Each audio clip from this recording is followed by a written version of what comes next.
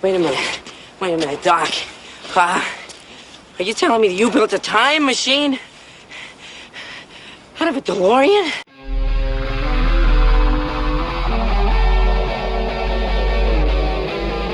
This is the Paranormal Search radio show and podcast. Discussing unexplainable events that shape our extraordinary world.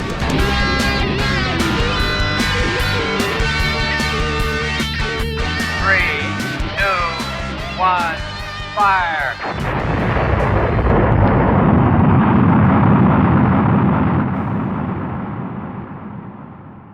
Hey, welcome to the program. Before we start a discussion on time travel, one note that I did want to make is that during the discussion, you will hear the voice of Ross Weidler. He is our beloved president of the group who passed away a few months ago. It's always nice to hear his voice. He is introduced as the president of the group, and since his passing, that position has now been taken over by Anthony V. Pugliese. A big thank you to everyone who has supported us through these times, and we will continue to record and produce this program. On with the show.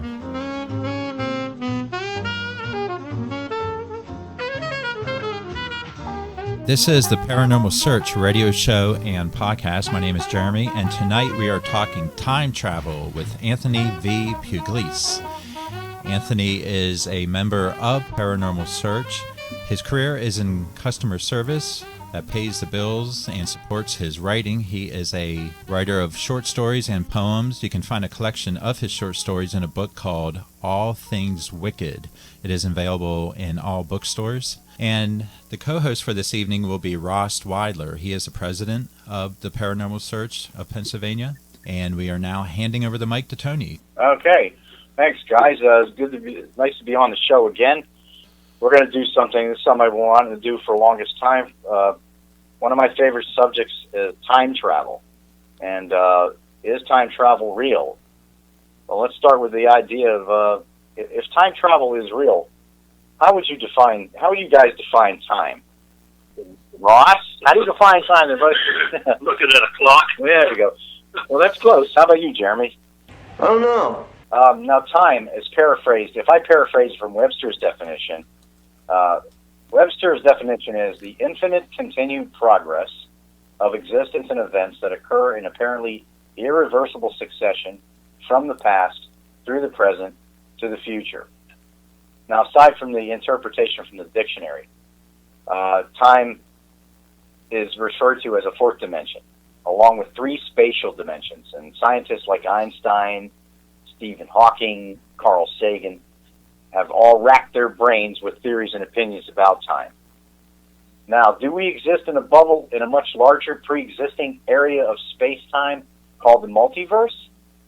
Or does the notion of past, present, and future represent a subjective idea?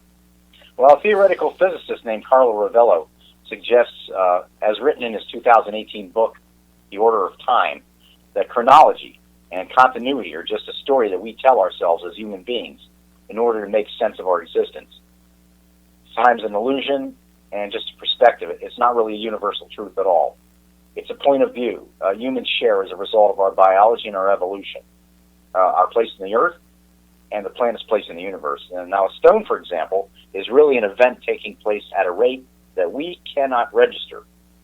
The stone is in a continual state of transformation from mountain to rock, to sand, to dirt, then inevitably dust. And it's all happening at the same instant with all of us unaware of it. It's all going on around us at the same time.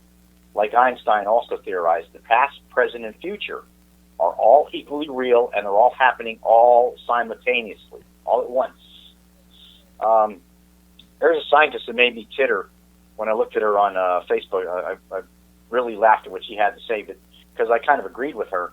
Dr. Christy Miller of the Center for Time and the University of Sydney, Australia, she shares a similar opinion to what I have. And she says you can think of everything that ever did exist, does exist, and will exist as all somehow being out there all at once in space and time.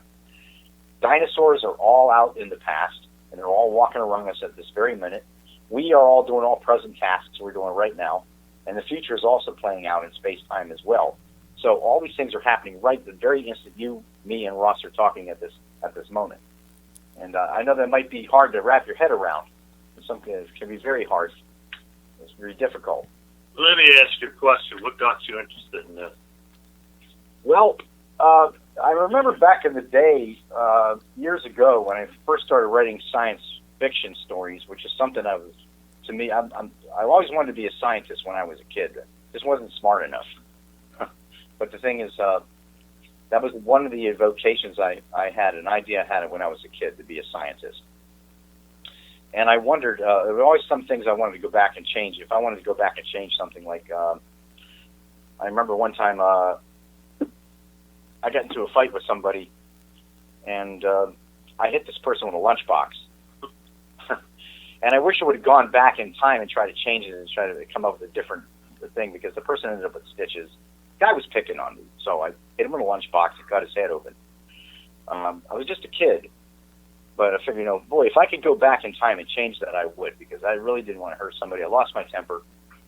And other events in life that sometimes you think, boy, if I could always go back and change that, I would, So you start to think, and when I started hearing about time travel and fiction, and believing it could possibly be real, it could possibly be something we could do, I had made up my mind that I was going to delve into it deeper and see what it was all about. And I didn't know there were so many scientists and so many people out there who had the same ideas as I did.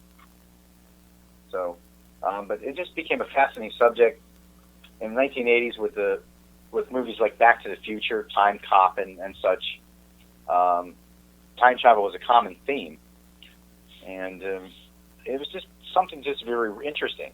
Finding out that space, as far as Einstein was concerned, that space is actually something fabric, and not something like air or just space itself. It's something fabric that can be malleable and moldable and manipulated to the point where we can actually maybe even travel from one point of time in space to one point just by folding space in half and then going through a hole through the universe. It's a very fascinating subject. You guys got anything else to add before I go any further? Well, you just think of this way. If we went back in time, JFK would be alive today. Yeah, I thought about that, going back in time, if we can stop the assassination of JFK. But you know what? Sometimes there's lots of caveats, and we'll get to that later about going back in time and changing one thing. You may be changing events as you go back into the present. Maybe some things will change that are not supposed to change. It's what they call a paradox. But we'll get into that later. Right now I want to discuss, first of all, can any of you guys tell me methods of time travel that you're familiar with or ever heard about, either in fiction or factual writings? I think Doctor Who had a pretty good way of going about it. Right, he traveled in the TARDIS. Yeah. The jump room. Yeah, that's right. There were jump rooms. They were called, the military used, which we'll cover that as well. Now, time travel is, by definition, is moving between different points in time, and it's been a popular topic for science, sci-fi, for decades. Now, in fiction, we humans get in a vehicle of some sort. We always jump into something, a DeLorean, the TARDIS, like in Doctor Who, or some kind of device, and we arrive in the past or future. We're ready to take on new adventures, and each concept has its own methods to travel through time. Time travel, it appears impossible to most people, and it is if you think about it. It's kind of hard to wrap your head around. It's been said that humans would not survive an attempt of time travel in the first place if it was real. But the field is constantly changing, and maybe one day it will be possible. There's different types of methods that you can time travel. It provides general scenarios. There's wormholes and speed of light, which I'm sure you guys heard about. But the equations might be difficult to physically achieve. One possibly could be to go faster than light, which travels at 186,282 miles per second in a vacuum.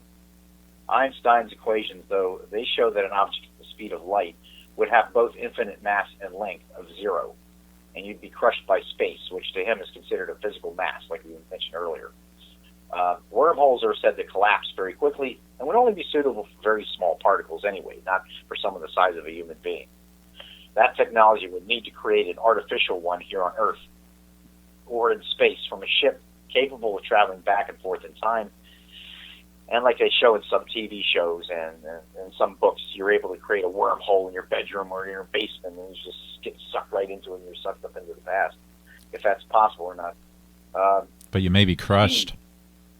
Yeah, you could possibly get crushed. Or you might just disappear into a dimension or somewhere, or totally your whole existence would be wiped out completely, because our physical mass is not capable of going through time fast enough. Our molecular structure would break down, and we'd be lost in time forever.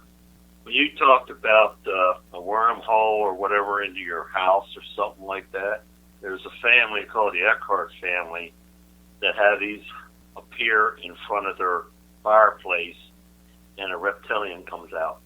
I heard about that. I heard those stories, and I don't know if they're interdimensional travelers or if they're time travelers from another time. But interdimensional travel, alternate world travel, and time travel almost walk hand in hand. Mm-hmm. So there's very similar techniques to each one of those. But speed, very fast speed, is one way to get there. Going to the speed of light, the more speed you go, the faster you go, the more you can time travel. Gravity is another method, also inspired by Albert Einstein.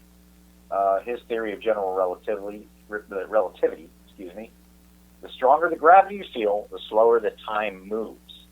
And as you get closer to the center of the Earth, the strength of gravity increases. Time runs very slow for your feet than for your head. And again, though, this effect has been measured. In 2010, physicists at the U.S. National Institute of Standards and Technology, they placed two atomic clocks on shelves, one 33 centimeters above the other, and measured the difference in their rate of ticking. The lower one ticks slower because it feels a slightly stronger gravity than the one above it. To travel to the far future, though, all we need is a region of extremely strong gravity, such as a black hole. The closer you get to the event horizon, the slower time moves. But a warning, guys, caveat, it is a risky business. So if you do cross the boundary, you can never escape once you get sucked up into that black hole. Now, assuming that you had that technology to travel to reach a black hole, the nearest one is about 3,000 light years away. The time dilation through traveling would be far greater than any time dilation through orbiting the black hole itself. And that was described in such films like Interstellar, where 1 hour on a planet near a black hole is the equivalent of 7 years back on Earth. It's so extreme as to be impossible in our universe, according to Kip Thorne, the movie's scientific advisor in the film. Now, the most mind-blowing thing, perhaps, is that GPS systems have to account for time dilution effects due to both the speed of the satellites and gravity they feel. In order to work, without these corrections, your phone's GPS systems or capability would not be able to pinpoint your location on Earth to within even a few kilometers. Now, we have many other things, black holes, infinite cylinder. There's something called infinite cylinders. Astronomer Frank Tipler, he proposed a mechanism known as a Tipler cylinder. You'd have to take matter, which is 10 times the sun's mass, and roll it in a very long but very dense cylinder. You would sign up to a few billion revolutions per minute next to a nearby spaceship, following a very precise spiral around the cylinder, and then you could get itself on a closed time-like curve, according to the Anderson Institute located in California, however. Now, the method does have limits, and the cylinder would have to be infinitely long for this to work. So as far as infinite cylinders helping with time travel, we'll just let that one go. Black holes, of course, we'll go back to those. It would be one possibility would be to move a ship. If you had a ship, you can move it rapidly around a black hole, or to artificially create one with a huge rotating structure, which some people claim they can do in their homes and stuff. Stephen Hawking, he once wrote that you'd go round and around, you'd experience half of the time of everyone far away from the black hole. If you circled the hole for 5 of their years, 10 years would pass elsewhere. when they got home, everyone on Earth would have aged 5 years more than the ship's crew. However, the crew would need to travel around the speed of light for this to work. The most popular one we all know about, we all love, is time machines. Time machine research often involves bending space-time so far that timelines turn back on themselves to form a loop, technically known as a closed time-like curve. In order to accomplish this, the machine would need an exotic form of matter with negative energy density, and I'm putting those in quotation marks, because such exotic matter has very bizarre properties, including moving in the opposite direction of normal matter when pushed. Such matter theoretically exists, and if it did, it might be present only in quantities too small for the construction of the time machine. Time travel research also suggests that time machines are possible without exotic matter. But to go back in time, a traveler would race around inside a donut-shaped hole created within. He'd have to go farther back into the past with each lap. And this theory also has a number of obstacles. The gravitational fields that are required to make such a closed time-like curve would have to be very, very strong, and manipulating them would have to be very precise. It may be possible to create a machine which will remove gravity from a small room and break down the traveler's molecular structure to the most intricate of atoms, enabling them to be propelled into the past or future. But of course, it's only theoretical with the prospect of death, so we don't know if we really want to try most of that, or if that's even possible this time. One other way, and if you think Lost in Space, for example, this is one way we may be able to go back and we may be able to travel the future. Scientists know we can travel back in time. We can actually go into the future. If I take a spaceship, if I'm in a spaceship and I get shot up into space, and I let's say I get to the far reaches of our galaxy, and it might take me about 4 or 5 weeks. But by the time I get back to Earth, 50 years would have passed on Earth. So time on Earth is different than time on space, because time, gentlemen, does not really exist. So it's all in our heads. And like I said earlier, many scientists have already described how that's possible, or described why that's possible. One other way we could do this, to go traveling into the future, it would be suspended animation. You slow your perception of time by slowing down the body, or stopping your bodily processes and then restarting them later. Okay? Stopping your metabolism. That's far beyond our current technology. Slow the heartbeat down. Right, you slow everything would slow down. You would hibernate through, just like animals that hibernate through the winter time and awake in the spring. But the question is, could humans do the same? And being able to stop our metabolism is far beyond what we can do these days technologically. Scientists are working towards that, though, to induce a short-term hibernation that would last a few hours. This might just be enough to get a person through a medical emergency, like a cardiac arrest, before they can reach the hospital, so they don't die. American scientists in 2005 experimented with mice to slow their metabolisms. They exposed them to small dosages of hydrogen sulfide, which binds to cell receptors in the body like oxygen. The core body temperature of the mice dropped to 13 degrees Celsius, and their metabolism decreased tenfold. After 6 hours, the mice could be reanimated with no ill effects. So it's something to really think about there. Sheep and pigs, however, it wasn't very successful with those. So the method might not work for larger animals like sheep, pigs, and ourselves. Another would be hypothermic hibernation, by replacing the blood with cold saline solution.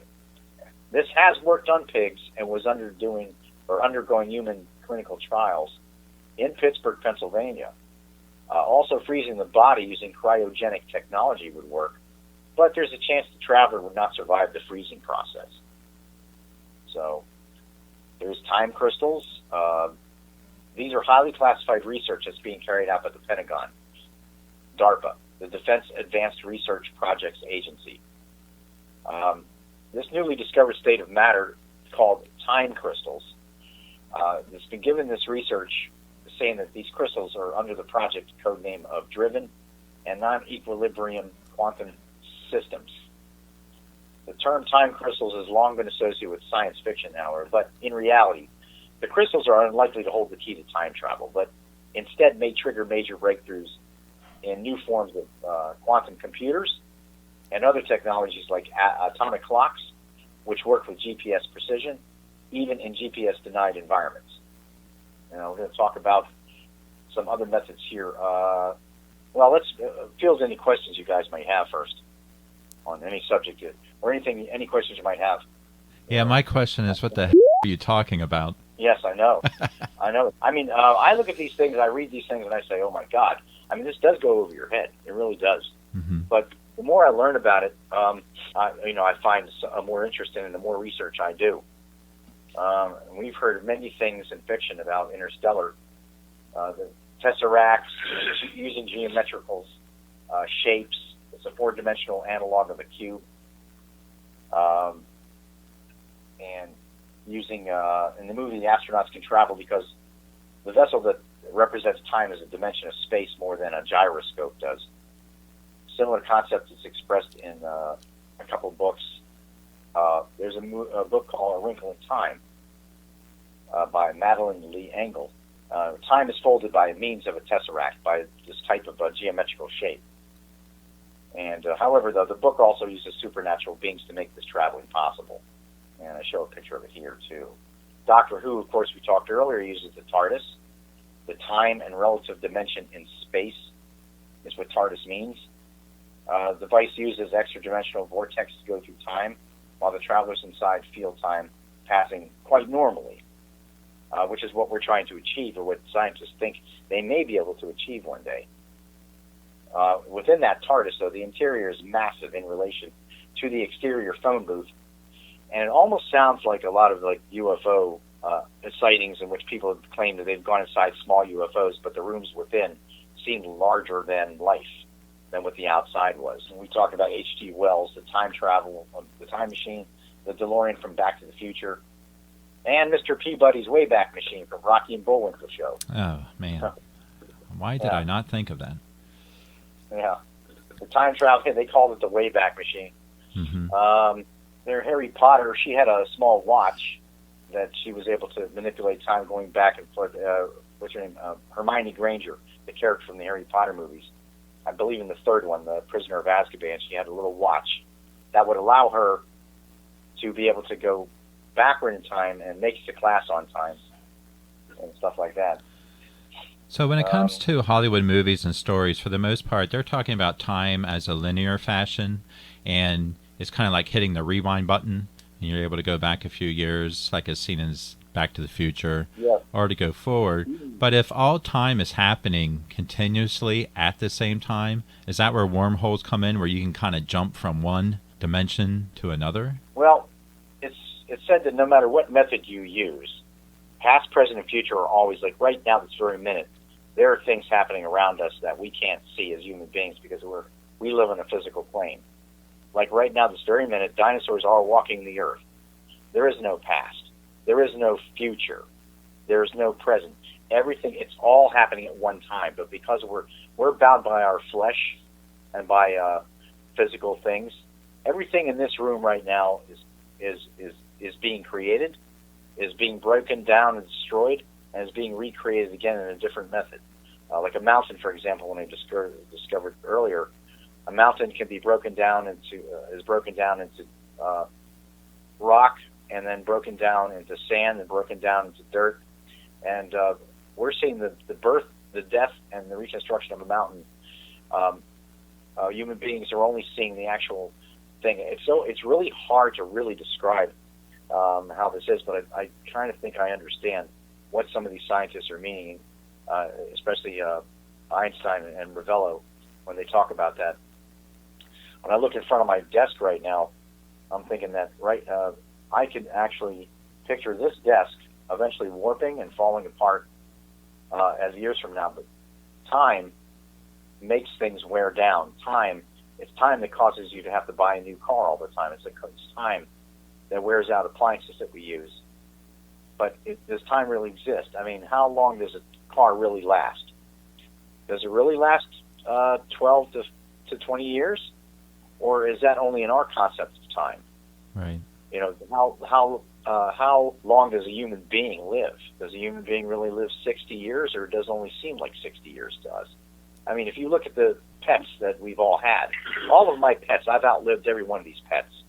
Time to them is different than it is to us. What is they saying? Like 7 years to a dog is like 60 years to us, or something like that. Yeah. 70. The dog doesn't know time. The dog doesn't understand time. The dog only knows that it's born, it lives, and then suddenly it dies, and we don't know what happens to it after it's dead. And we're still walking around. Our physical is walking around.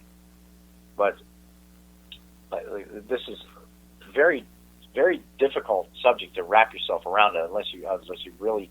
It is really hard to conceive that time. If it's not real, then what is really going on around us? What's really happening to us? We judge everything by a clock. When we go to work, when we go to a party and we enjoy ourselves. If you've ever noticed that time seems to fly when you're having fun, that old expression, that is very true. The interesting thing is when you shoot a rocket up in space on a mission, you have a clock that does the time too. Yeah, and sometimes it's off by a couple minutes. Yeah. Yeah, it's sitting on the ground. Right. In the time of the mission. And keeps that going until they come back. And it takes a lot for them to try to correlate the time and space on their rockets, because the higher altitude you are. So why, for example, why is it like 7 o'clock? Right now it's 7:48 p.m. here in Pennsylvania. Why is it only like 5 or something, or 5:48 in California? Or why is it different? Why is it already morning halfway across the world? So it's time zones are different everywhere. I think it depends on the sun and the moon to make it work that way. Well, see, that's the whole thing. But the thing is that time doesn't follow rules. We try to put it in a little box. We try to tie it with a ribbon.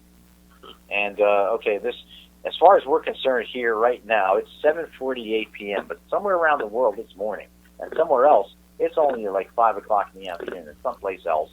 The people are going to work right now very early in the morning, and other people are going to bed. So we can't actually take something like time and put it in a box. In other words, the world keeps going no matter what. It goes on no matter what. And is it just a human concept, which many scientists are theorizing it is? And I believe it is. I don't believe it's real. I believe time, past, present, and future, are not relative to just one constant. It's a subjective constant. And I think you did agree with me there too, Jeremy, didn't you? Yeah. On that issue. Now, I was going to say, and you mentioned this earlier, is time is a human construct. And right. According to our culture, we abide by this construct where time to us is linear, always moving in one direction. But it's up to the person whether or not time for them is going fast some days or slower some days. Our perception varies on what time is, even though we're already still in a constructed framework of time. Well, we all have to agree on what is real, even though we know there's lots of things. I'm pretty sure that many of us in this world, we know what's real and what isn't. We know that when the moment we're born. We know that the moment we start to grow and we start to learn to talk and think for ourselves, that we know that deep down inside us, we know that what's around us, there's more to this. I've always said that people don't live in the world they think they do. I've always said that. And it's like, we don't live in the world we think we do. That time is not something we try to put in a little box. But we all have to agree. Since we all have to have jobs and we all have to survive, we're all creatures of we're physical beings that need to eat. We're physical beings that need to sleep. We need to work to make a living, to live, and because that's what we do. We struggle, we survive, and we have to have some kind of order.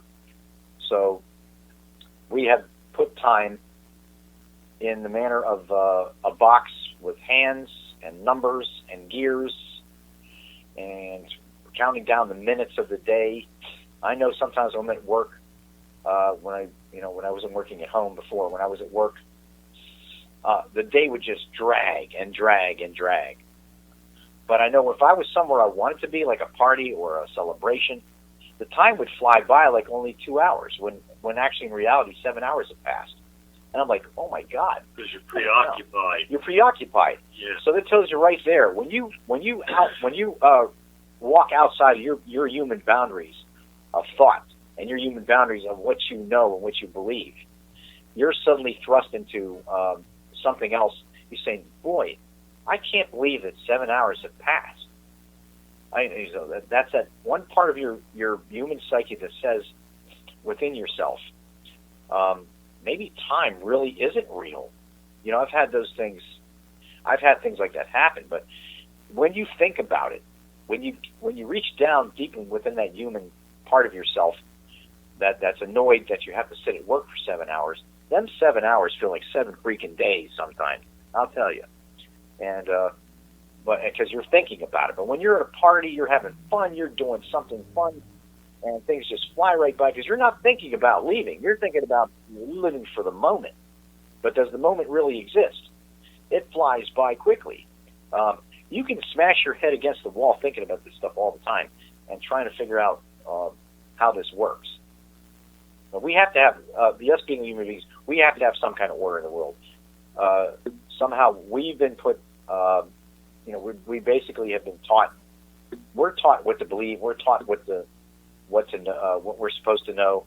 We're educated to help us survive in the world that we live in, based on how humans live and the way that it's told that we're supposed to live.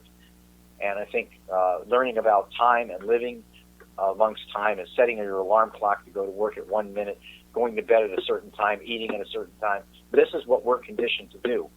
So part of most of what we believe about time, I think, is human conditioning. And it helps human beings make sense of the world that we live in. We really know nothing about the universe we live in, let alone the planet that we survive on, that we live in now. We know nothing about it, really. Only what we're taught to believe. And time is one of those things.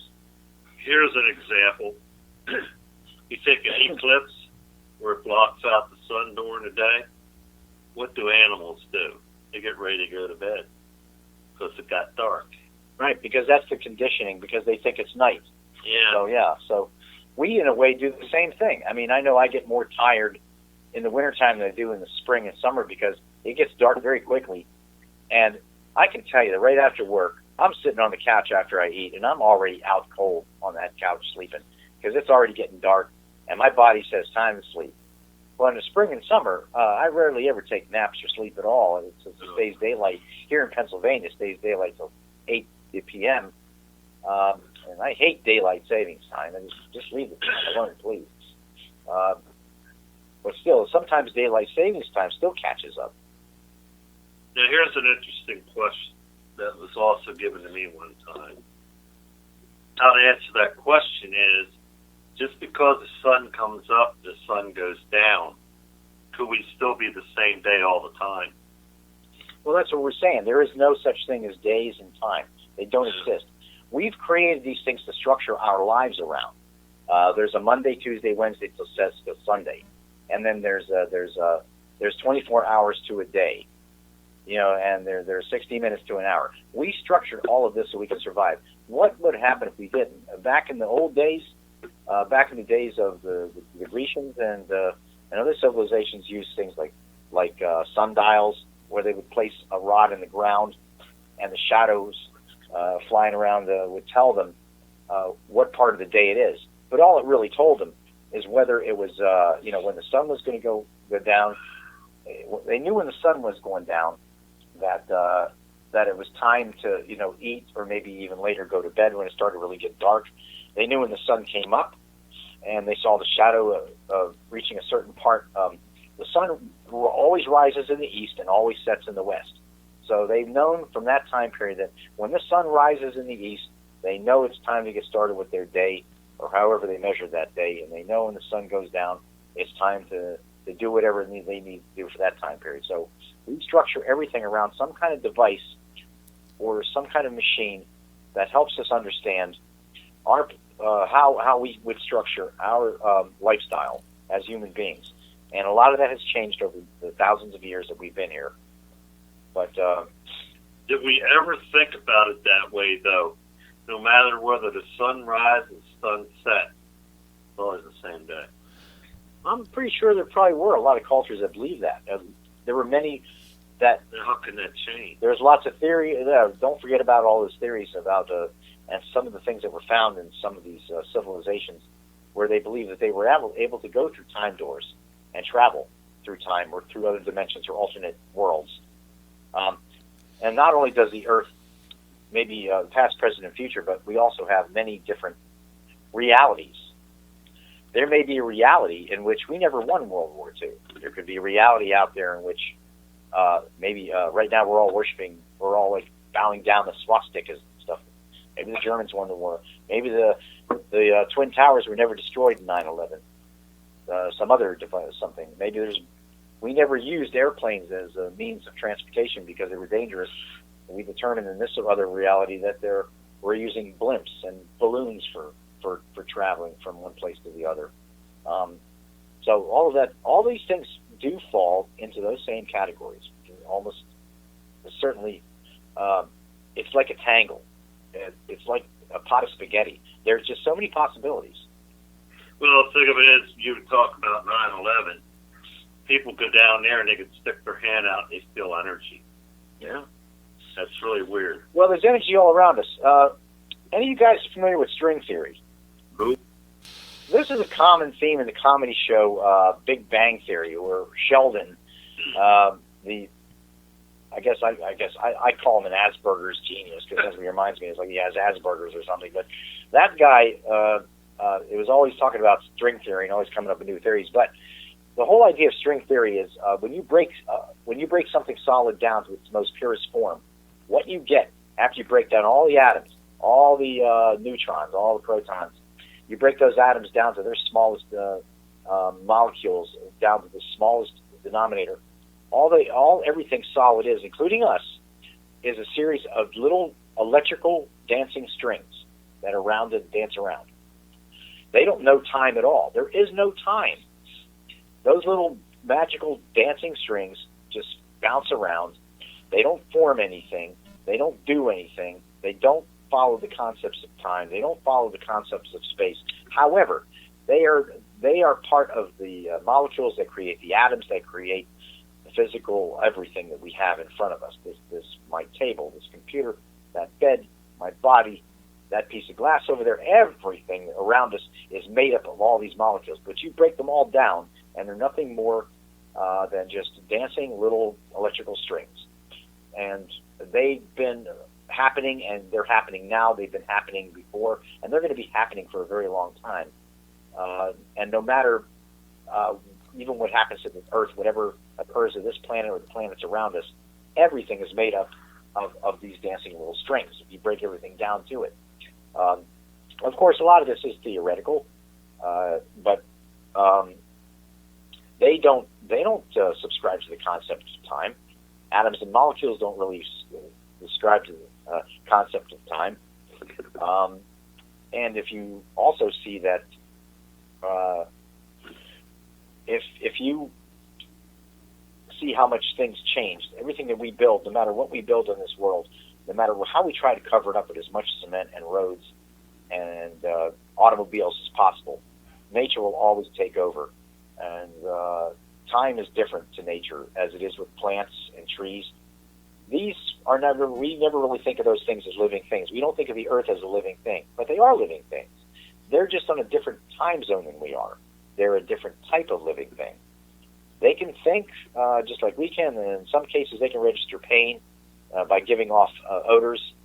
Like when you mow you ever wonder why your grass takes on an odor when you mow it? What it's doing is it's releasing chemicals indicating that it's in distress. You're shaving down grass with some kind of blade stuff that is actually destroying it. It looks good to us. Hey, what a great lawn, Jim. Yeah, thanks a lot. But after we we break that down. The grass, the reason we get that smell after that fresh smell of cut grass is because the grass knows it's in trouble and it releases chemicals. That can be construed as pain. But not to get too far out of that subject, but there's no time in the space. There's no time, as far as we know, there's no real time anywhere at all. We only feel time, space, past, present, and future, no matter where it is in space, on Earth, on any other planet, is all it's all relative. It's all the same. It's all subjective. There is no such thing as time. It doesn't exist. Nope. And Jeremy, you're awfully quiet. Yeah, I'm thinking as well with the lunar cycles and the waxing and waning. This might have given to some. I mean, it did give to our early calendars, and I'm wondering if that event has taken into the form of a standardization of time as we know it. I'm pretty sure it does. I'm absolutely sure. Those the phases of the moon, the sun rising and setting, the revolutions of the Earth, the planets' revolutions around the sun, the Earth's, everything that's set into motion is set into motion for our benefit. Well, the moon affects the ocean. Yet the moon affects the ocean. The moon phases affect us, even some human beings, because we are made up of some water. So we are made up of water, and yes, the moon can affect our moods, definitely. And like you were saying, Jeremy, all of these things are created either by somehow by, if you believe in the higher being, if God created all these things, and all these things that we live with on the earth here that help us. We have the sun that warms us. We have the oceans that the sun and the moon affects the water on the earth. We have the land. Everything that we need is here. Everything that we have is set into motion for ourselves. But do any of these things really exist? These things are put here for us. It's like dangling a catnip mouse in front of a cat. Is the mouse real? The cat might think it is. If it has fur on it, it looks like a mouse. If it walks like a duck and it quacks like a duck, it must be a duck. Well, not always. Not always. In this case, with time and relativity in time, it isn't. And I would really love to interview a scientist in regards to this and see a lot of what they believe, instead of just reading it in books and stuff. That's very interesting, this concept. If you want to talk about time, who invented the clock? We can look it up. Okay, well, I come up with Christian Huygens. Who? A Christian, or Christiane Huygens, Huygens. He's credited as the inventor of the clock. He determined the mathematical formula that related the pendulum length to time, which was about 99.4 centimeters or 39.1 inches from 1 second movement. He created the first pendulum-driven clock ever made. And this history of time keeping devices, don't forget about the hourglass. Yeah. Okay? We've had hourglass as a way to keep time. I have several here around me. And I've got one right here. So right now, let's turn that upside down. I love timepieces. I love collecting. Sometimes I'll collect clocks and I'll have them sitting around. I collect several different types of hourglass. I have several around me. And right now we're looking at 8:06 p.m. Now by the time 9 o'clock comes, that whole thing, an hour has passed so far in this conversation, and look how fast it has passed. Now, if I was sitting at my desk at work, I'd be probably that time would just drag. It would be completely dragging. I don't know about you, Jeremy, but when you're at work, does time drag for you, or do you like your job that much where you kind of see it doesn't? Well, I sleep through most of the day, so it goes by pretty quick. Yeah. Are you serious? So what does The clock had to very, very delicately figure that one out. Well, there were water clocks, and there are all kinds of different ancient time-keeping devices, candle clocks, which they used in ancient Japan and England. time sticks, they call them, Persian, Indian, and Tibet, the hourglass, which function very similar to the water clock. That keeps track of elapsed time, and it was one of the earliest timekeeping devices and has become a symbol of the concept of time for generations to come. Now, the earliest known clock is water-powered escapement mechanism, which transferred rotational energy in the Mars motion. That dates back to 3rd century BC from ancient Greece. Here, hold on for 1 second. I'll be right back. Okay.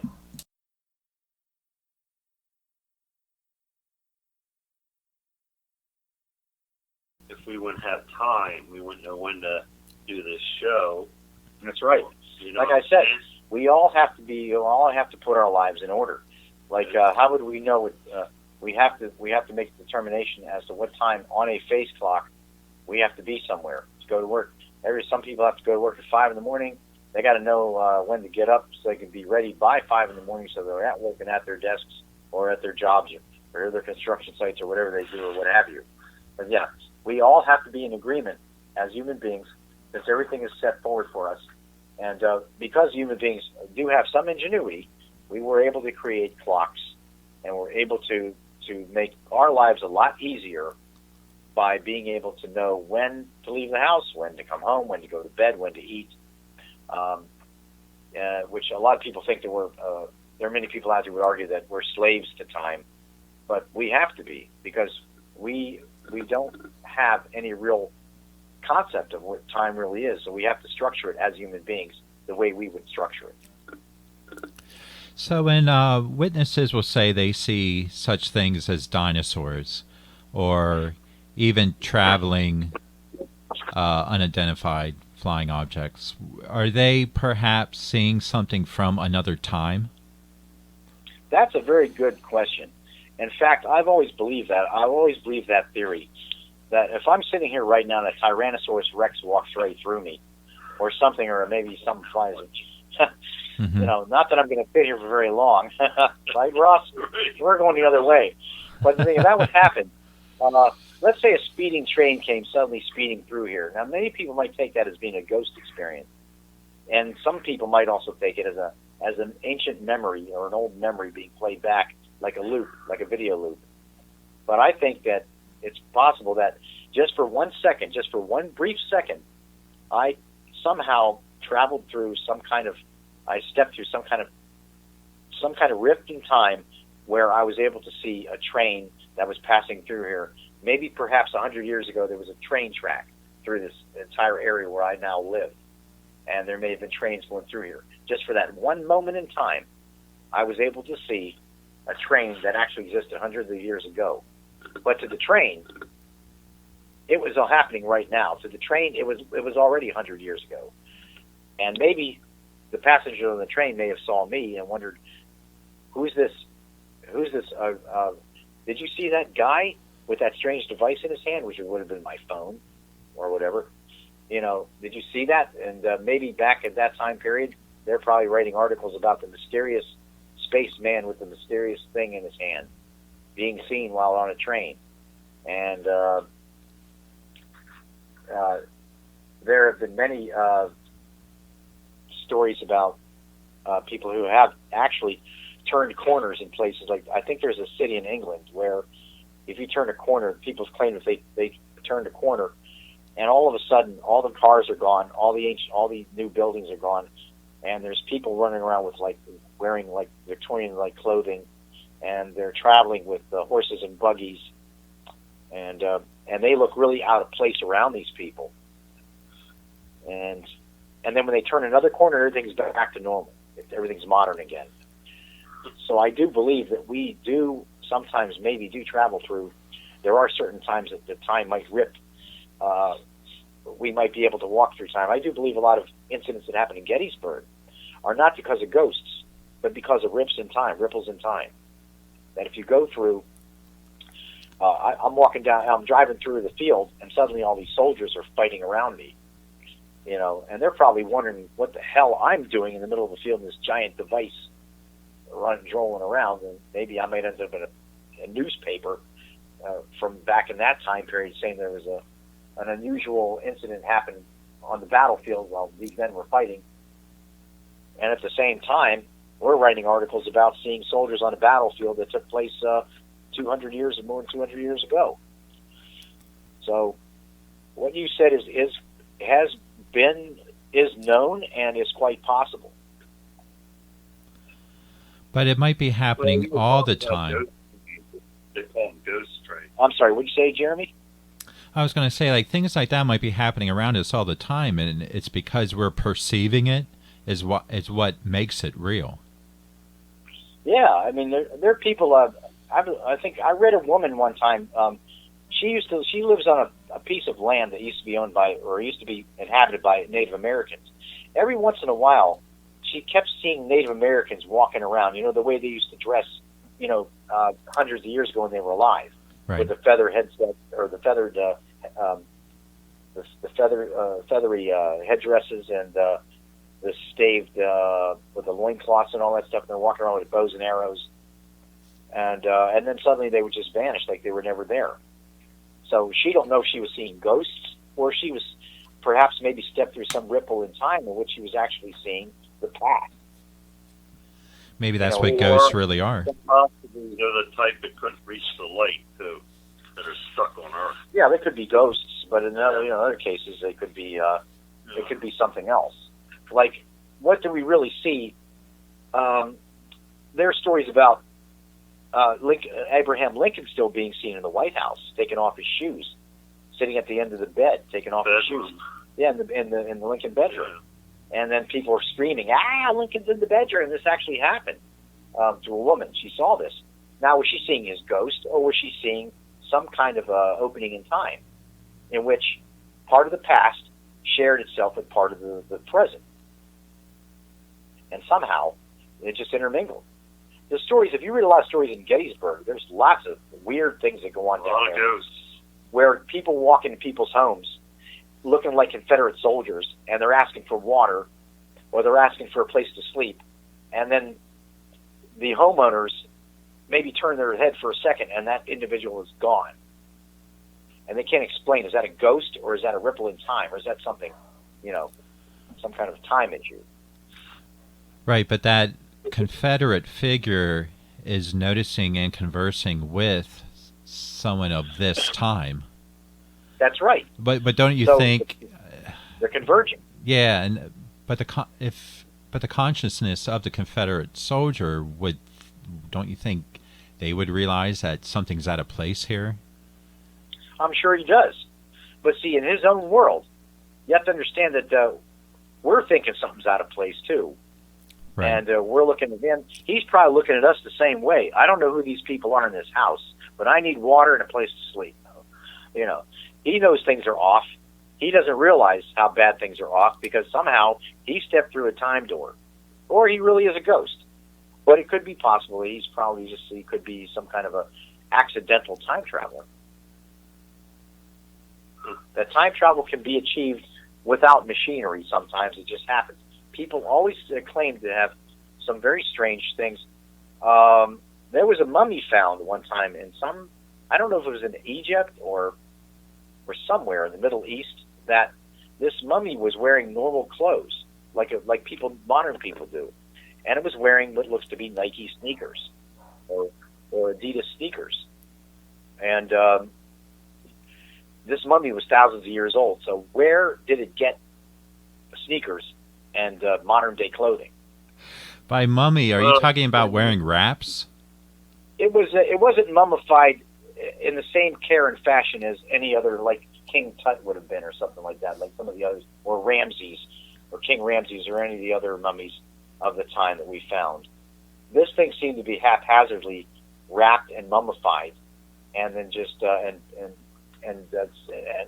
wasn't. They didn't take a lot of care with it as they did. It's almost as if wherever that person came from didn't belong there and was either murdered or maybe died there, and they really didn't know what to do with it. So, yeah, it was carelessly mummified.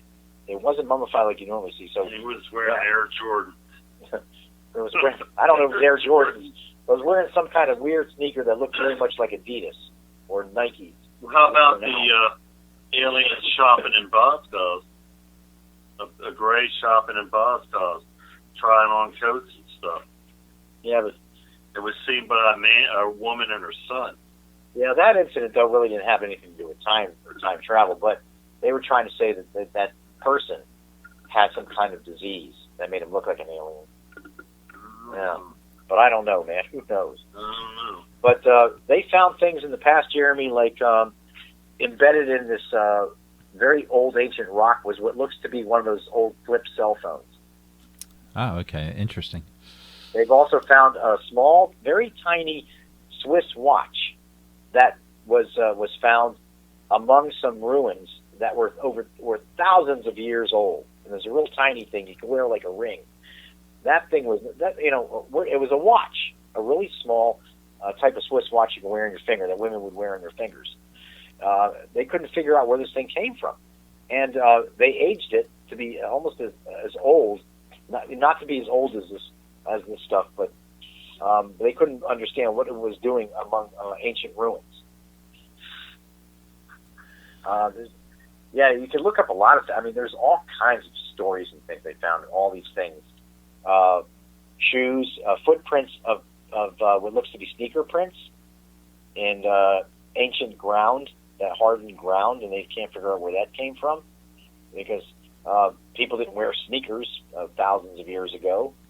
I'm trying to think of some of the other things that they were saying, and of course, you've seen those pictures of people that carrying cell phones around, like in the 1950s. It looks like they're carrying cell phones, talking into them. Yeah, right. And things like that. Yeah. And then there's this gentleman standing amongst a lot of people in a crowd who seems to be out of place because he's wearing a hoodie, a type of a T-shirt they only wear these days. His hair is cut sort of like somebody would wear nowadays, and his sunglasses were a type that were not actually available at that time period, but he's standing among all these people, and he's holding a camera that's around his neck that at the time did not exist. So, are these people really time travelers? There's lots of beliefs about that a lot of actors are time travelers, that they lived in the past because people have found pictures of them that look very much like actors like Matthew McConaughey, John Travolta, Nicolas Cage, all of which all fought in the Civil War and somehow ended up in our plane of existence here in our time. Of course, these are fun little theories to think about. Not saying I believe that, but Right, but are the theories saying that they're exactly the same person? they're I think trying to say that. I have several pictures of these actors and comparing them with pictures of people from the past, including Jay-Z, Johnny Depp, who we found out later that person was Johnny Depp's grandfather, but he looks just like Johnny Depp looks now. But there's a picture of what looks to be Obama, Barack Obama, as he looked, as he could have looked. This person was wearing a top hat and tails and had a cane. And if you look real close, he does kind of look like Barack Obama, but I think there's a slight difference there. Like I said, I don't know if I believe those, but I think they're fun things to think about and kind of compare the pictures. Who's the actress that starred in the movie? What was that movie she was in? Divergent, I think it was. I'm not sure. I have to look that up. But anyway, they have a picture of a woman who lived, I believe, around in the 1930s or 40s that looks exactly like she looks today. And they put the pictures close together. And if you're familiar with climate activist Greta Thunberg, there's even a picture of her, a picture of a person from the past that lived during the pioneer days that looks exactly like Greta Thunberg looks now.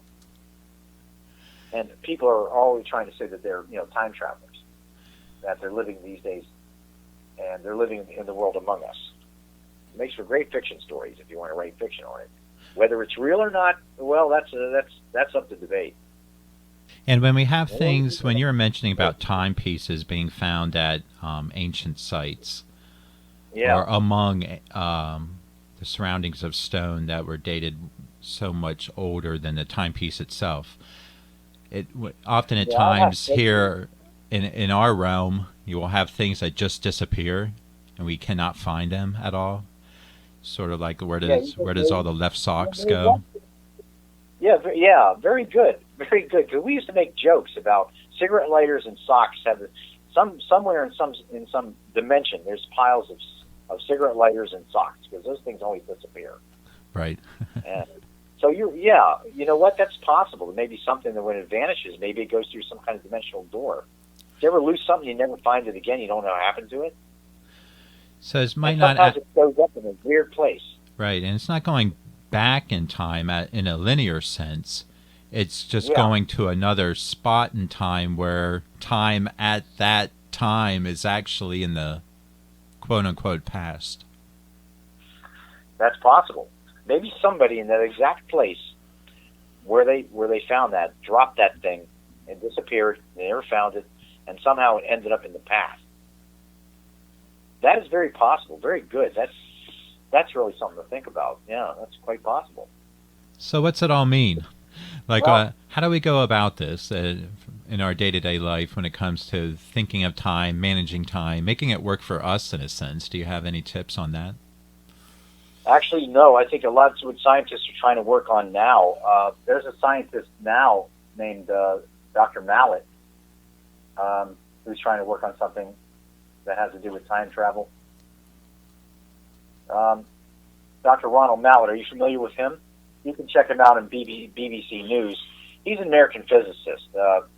He has this idea. He's using a rotating cylinder of light to twist space and time, which is another way, by the way, that's believed to manipulate time by twisting light and space and time all at one time. He's also thinking about using mirrors, lasers. Anything dropped inside a swirling cylinder could theoretically be dragged around in space and time in a similar way to how a bubble runs around on your coffee after you swirl it with a spoon.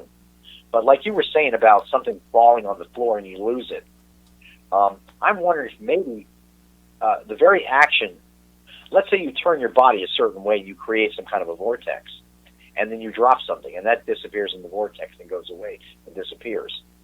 Maybe all along we have the secret to time travel, or to finding other dimensional doorways or time doors or opening up time doors, and we're not aware of it. But he's talking about, dropping something inside the cylinder, and it can be dragged around in space and time. So it's possible that maybe we do this with objects every day and don't even realize it. Is it possible these things are traveling in time on their own without our help? Is it possible we can do the same thing? I don't know. Well, Dr. Mallard thinks so.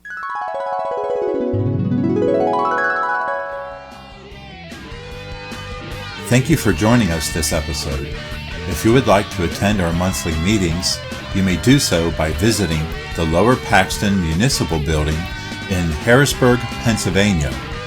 We meet the second Wednesday of every month between the hours of 7 and 9 p.m.